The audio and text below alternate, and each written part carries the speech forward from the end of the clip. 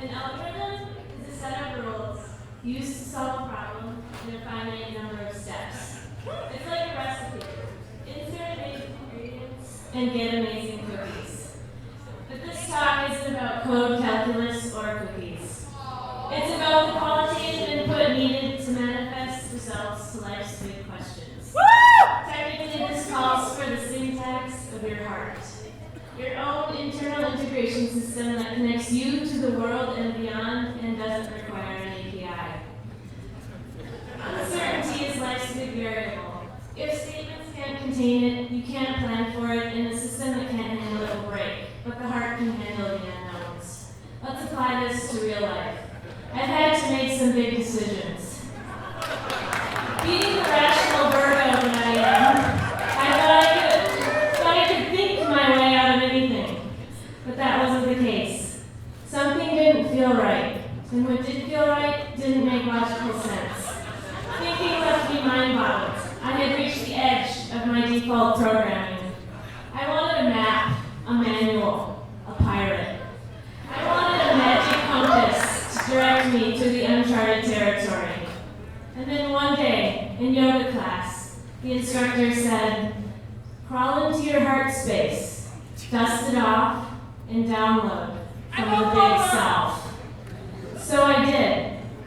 And having a master's degree in religious studies, I wondered why I hadn't thought of that sooner. The map is not the territory after all.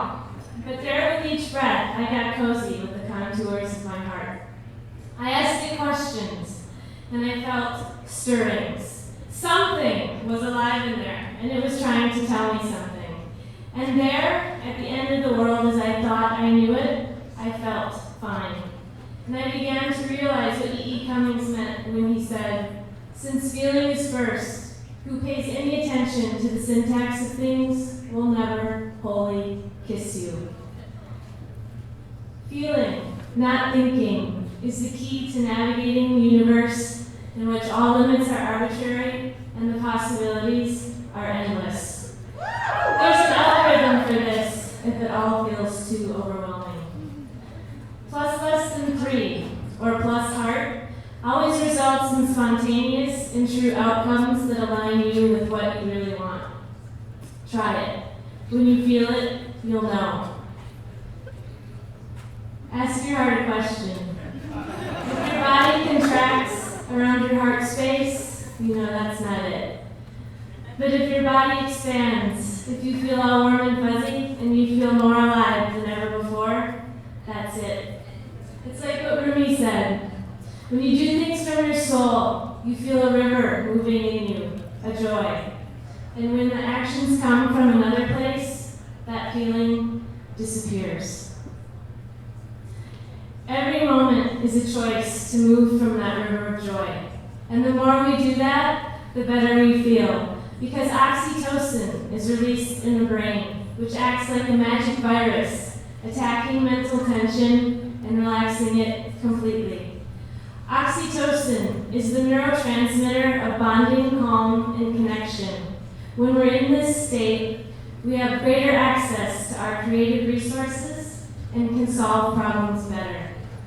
Life might begin to feel like one giant orgasm. But that's okay, because the brain can be rewired to handle all that goodness.